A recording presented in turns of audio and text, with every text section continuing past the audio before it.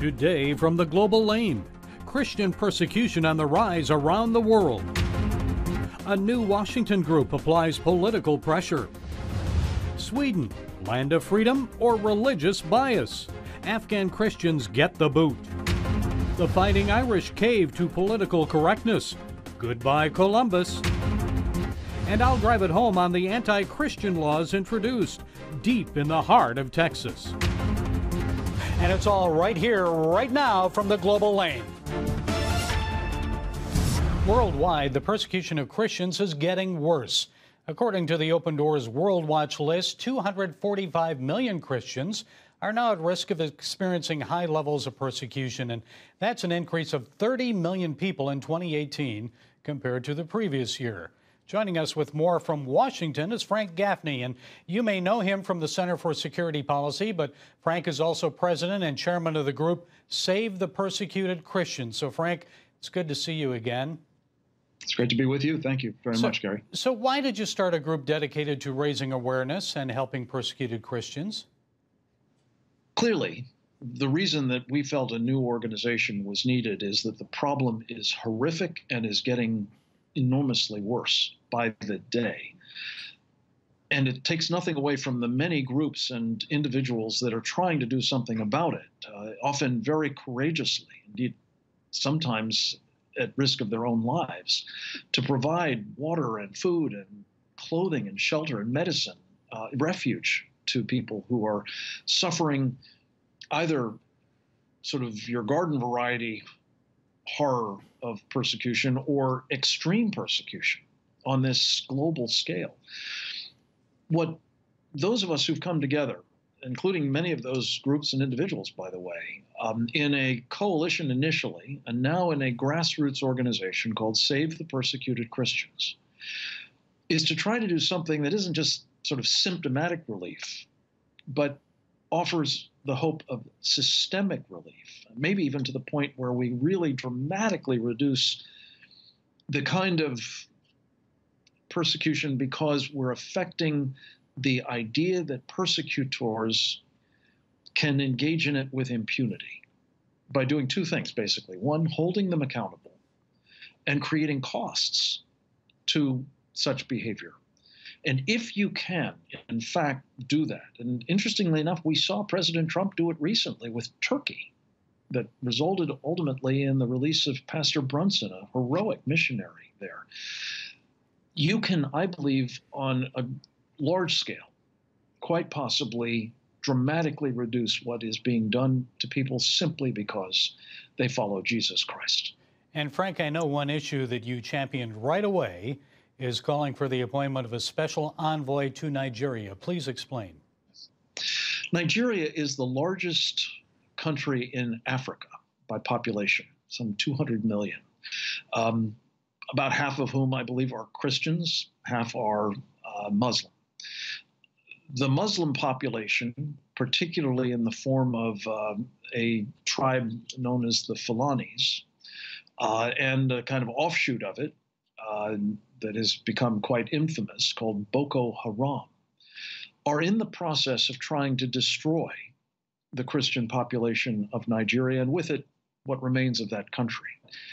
This idea would be to try to find an individual who, if empowered by the president and his administration, to forge a unified and coherent and effective U.S. government policy towards the problem in Nigeria, and to work with the government there to try to end the persecution. I mean, no kidding, end the persecution. Stop this inevitable slide into chaos for that country. We might be able to stave off an impending disaster, and with it, spare, again, hundreds of millions of people in Africa and elsewhere. You and I have talked for years about China. I know that's another country where Christians there's a wave of persecution against them now. I'm sure that's on your radar as well. Well, it is, and you mentioned Open Doors in the opening. Open Doors' latest report has moved China up into the number 10th worst country with respect to this heavy persecution of Christians, and that's because they're doing it on a simply unimaginable scale. They've adopted techniques what they call the social credit score, that combine extensive surveillance technologies and artificial intelligence and data mining, essentially to monitor every facet of every individual's life in that country, and ferreting out and suppressing people of faith, particularly Christians, but also, Uyghurs and others in that country, Muslims and so on, Buddhists even, are the sorts of things that a totalitarian regime like China's, equipped with these kinds of incredible capabilities, can translate into persecution on truly, Orwell in his worst day couldn't imagine what they're capable of doing. And even worse, I have to say, is that the Chinese are now busily doing what they can to export these surveillance and oppression techniques to other countries around the world. And so I fear that it will only make matters vastly worse for the people of China, Christians and others, but also for people elsewhere around the world. It's one of the reasons why we think Save the Persecuted Christians has an incredible opportunity, especially working with our friends in the media and the administration, to try to help stave off what is coming, which is a grave level of repression that's unimaginable, I think, worldwide. CBN presents The I Wills of God, your path to overcoming fear and anxiety. We're going to talk about some of the incredible promises God has made to His children. In Pat Robertson's newest teaching, you'll discover the I wills of God.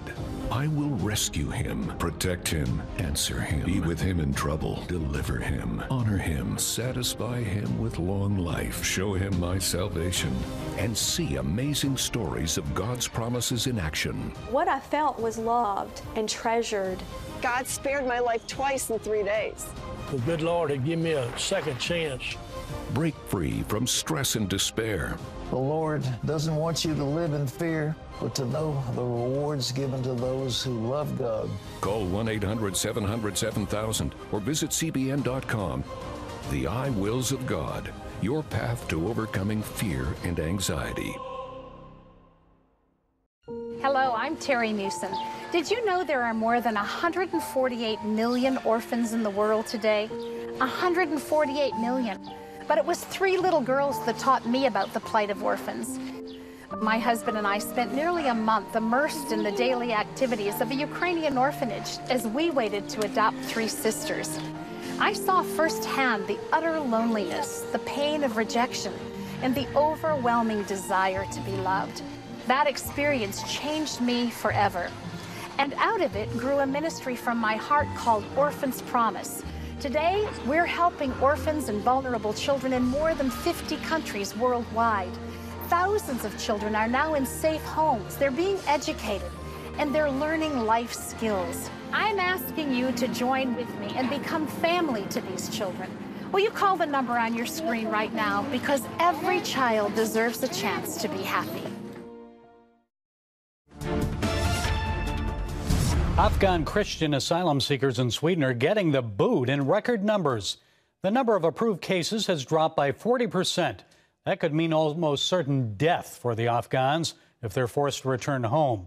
Open Doors now ranks Afghanistan as number 2 on its World Watch list of worst persecutors around the world.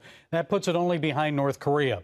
Well, joining us from Stockholm to tell us more about the fate awaiting Afghan Christians in Sweden is attorney Gabriel Donner. So, Gabriel, it's becoming much more difficult now for Afghan Christian asylum seekers to gain asylum in Sweden. Why? Well, one of the main reasons is that there is a discrepancy between migration policies and migration law. This means in practice that policies tend to overrule law, and people who fulfill the criteria for asylum are denied. Well, what's the policy then? Policy is to get out as many as possible from Sweden. And so that's dictating what is happening now rather than the law. But it seems to me when I was there a couple of years ago, it wasn't quite as bad. So is this a policy change politically? We have noticed a clear deterioration of the situation since the summer of 2018. So, Gabriel, what's really going on here? What's this really about? Well, a lot of things are being said today which were not said before. So, for example, one of the main problems is that the asylum seeker must prove his case, but is not allowed to do so.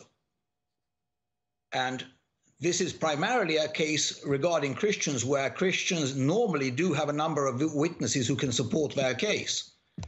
But what do you do when the courts refuse to hear the witnesses and even dismiss the witnesses and claim that Christian witnesses are unreliable because all Christians want to do is to lie about converts? So they believe in Sweden that Christians lie. That's part of our faith.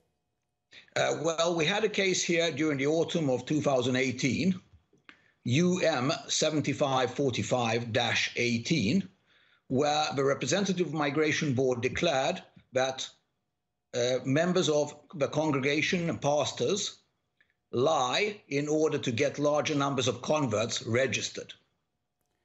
Why, do they get benefits out of that, Gabriel, or?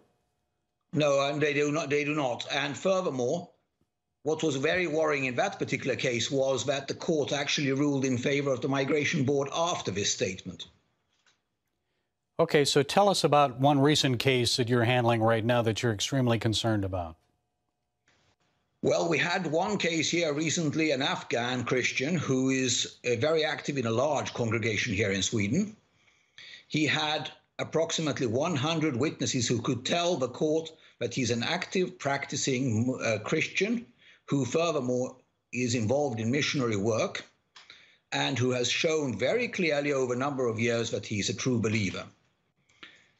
What happened was that the case was lodged with the migration court, and he was taken into custody in the meantime by the migration board, in other words, the lower level. And before the court even could react, the migration board just simply sent him back to Afghanistan. 100 witnesses were of no value whatsoever. What happened to him? Do you know? Well, he's now in India. Well, it wasn't safe for him in Afghanistan, I know that. Yeah, no, he had to just escape at once. I mean, he was within 24 hours, he was out of the country and in India. Now, how do we know that these are legitimate conversions, that Afghans aren't just saying they've converted to Christianity so they can remain in Sweden? Well, law is about finding objective proof of one or the other thing. And of course, if a person has been active in a congregation for a number of years and is familiar with the congregation and the congregation knows him well, how am I to assume that that person who has met hundreds of other Christians and who has spoken of his faith with them would not be true? Because in a migration case, in an asylum case, they have to prove that it is more likely that they do need protection than that would not be the case. That criteria they fulfill. There's no way you can say that they haven't proved that case. But they're not even hearing that testimony from the witnesses. No, and this is in breach of the European Convention on Human Rights, Article 6, which requires a fair trial, and in a fair trial you have to be allowed to call witnesses. Secondly, it also is against the Swedish Constitution, Chapter 2, Paragraph 11 to be precise. And again, the Migration Board and Migration Courts don't care. Well, it isn't happening just in Sweden. We just saw a recent case in the UK where a Pakistani who had been actually threatened when he had been back to Pakistan, they sent him back. They sent him packing. So what's going on here? Some people would say this treatment throughout Europe, Sweden, the UK, goes beyond bias. It now resembles spite, malice. What do you say? Well, first of all, we do see that there is a slight difference between Sweden and countries like the UK, France, Germany, Holland, and that is that those countries still do recognize Christian converts to a far higher degree than Sweden does. Is this spite, malice? If you say that Christians are liars just generally, there is more behind it than just malice. It's also an anti-faith idea. And Sweden is a U.S. ally, Gabriel. Is there anything our government and people can do about it?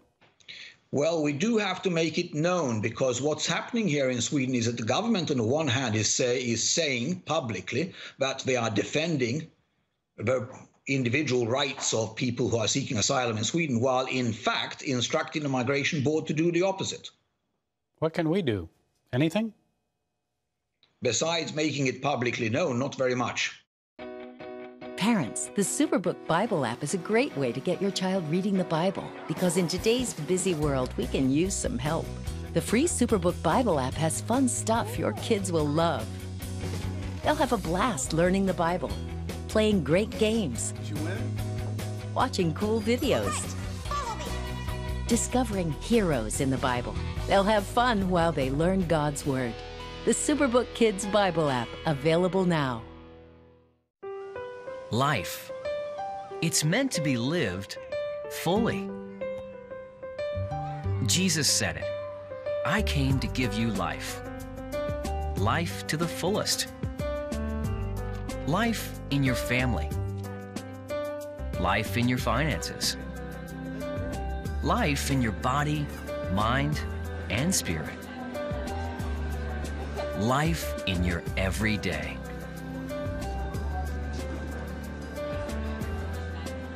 At CBN.com, we're taking what Jesus said seriously. We're here to help you discover life. Life. Live it fully. CBN.com.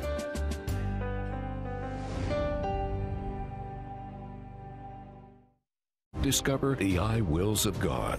I will rescue him, protect him, answer him, be with him in trouble, deliver him, honor him, satisfy him with long life, show him my salvation. What I felt was loved and treasured. God spared my life twice in 3 days. The good Lord had given me a second chance. Call 1-800-700-7000 or visit CBN.com. The I wills of God, the latest teaching from Pat Robertson.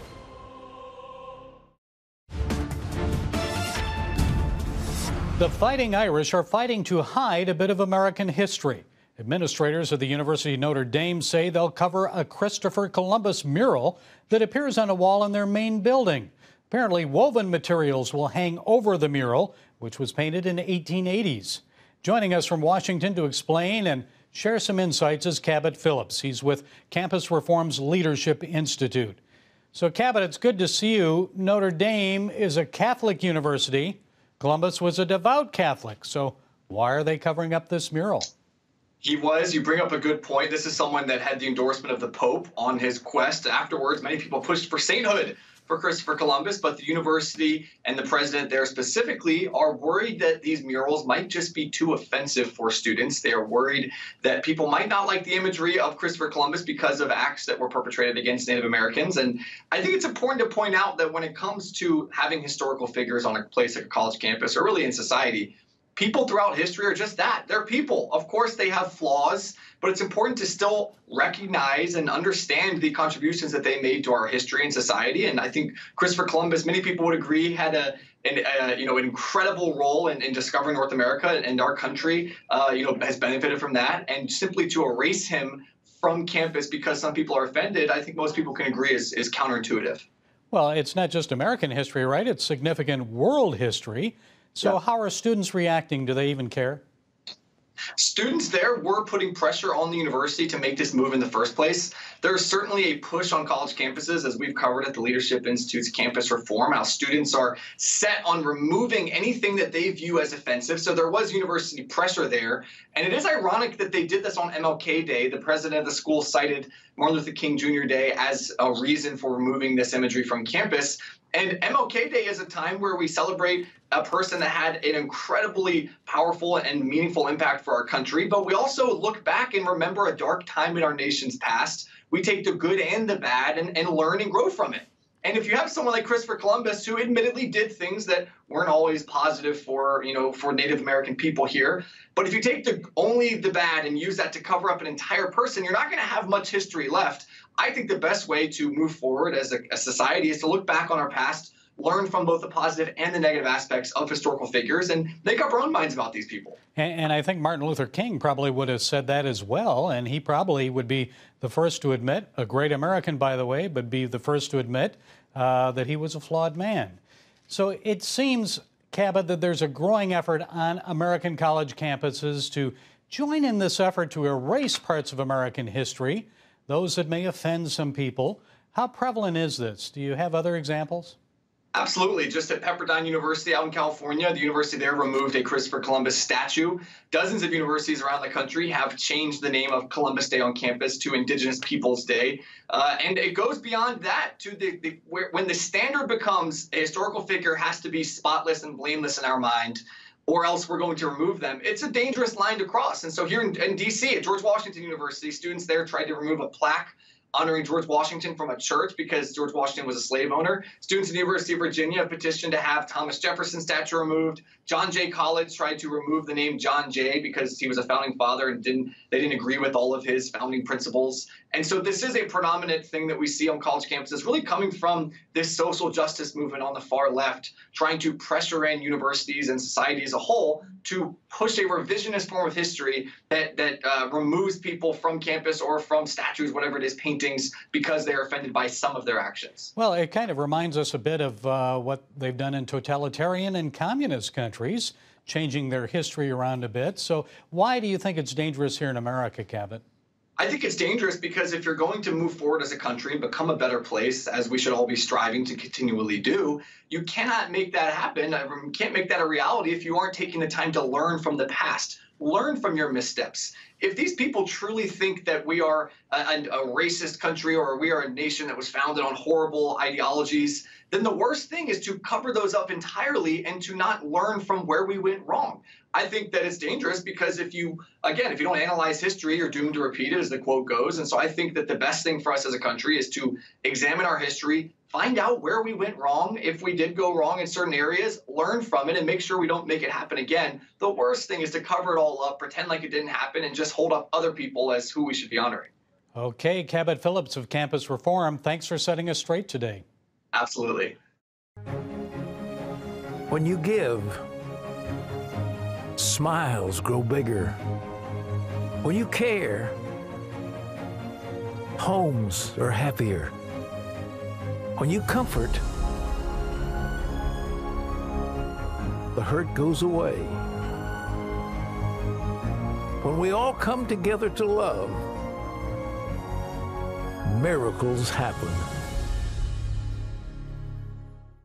Hello, I'm Terry Newsom. Did you know there are more than 148 million orphans in the world today? 148 million. But it was 3 little girls that taught me about the plight of orphans.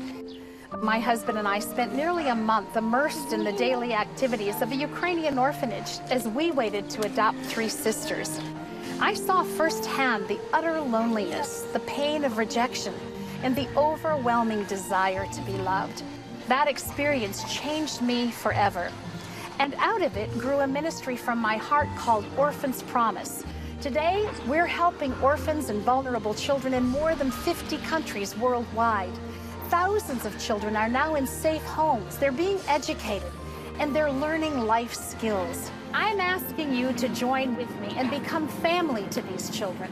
Will you call the number on your screen right now? Because every child deserves a chance to be happy. Hello? Is this thing on? Hey, kids, do you love games? And do you love discovering things? Well, do ya? Then you're gonna love this.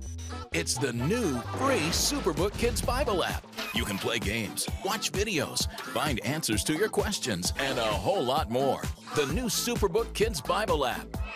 Free downloads available on iTunes and Google Play now.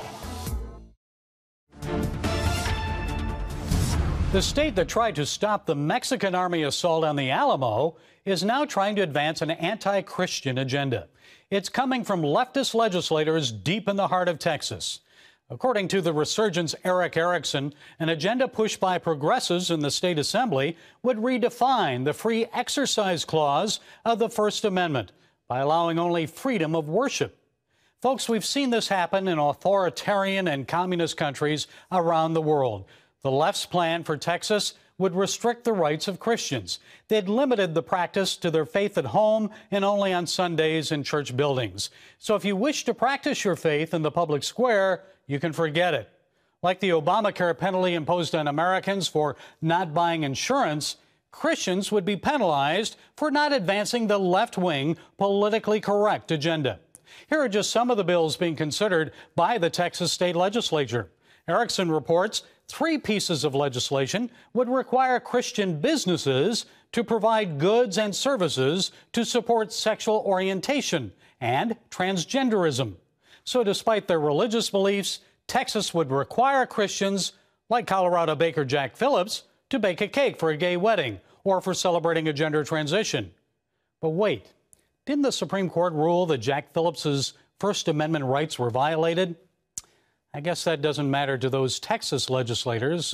After all, that was Colorado. Another proposal in Texas would ban Christian counseling services unless counselors support gender, not biological sexual identity. Erickson also reports SB 154 forces doctors, despite their religious beliefs, to create new birth certificates for gender identity. The certificates would not only identify a baby's sex as male or female, but other would be included as an option. You know, I have difficulty understanding that argument. Progressives will tell you that, yes, a baby is born biologically male or female, but gender is a child's identity based on environmental influences and feelings. So if it's all about how a person feels about themselves, I can tell you the birth certificate business is just nonsense, because after a baby is born, it only feels the need to eat, be changed, avoid discomfort or pain. Newborns have no thoughts or concern about their gender identity. Their parents shouldn't either. Another Texas bill, HB 850, would force Christian businesses to pay for same-sex benefits. Another bill would require all for-profit businesses, Christian ones included, to allow men to use women's bathrooms. Folks, what is being proposed in Texas may soon come to your state legislature. It's a slippery slope when governments start limiting our religious freedoms, those guaranteed by our Constitution. Just ask people in China, where the communist government there monitors and restricts Christian activities. Ask Pastor Wang Yi and 100 church members who were arrested last December. That's when authorities raided the Early Rain Covenant Church in Chengdu. Pastor Yi remains in secret detention, and like other Christian prisoners, he's most likely being tortured. Is this where America is heading as a society? Yes, in Texas and elsewhere. Unless all people of faith stand up for their religious freedom rights, this will happen. Those rights, by the way, are guaranteed by our Constitution. They're granted to us by God, not governments. Well, that's it from the Global Lane this week. Be sure to follow us on Facebook, YouTube, SoundCloud, iTunes, and Twitter. And until next time, be blessed.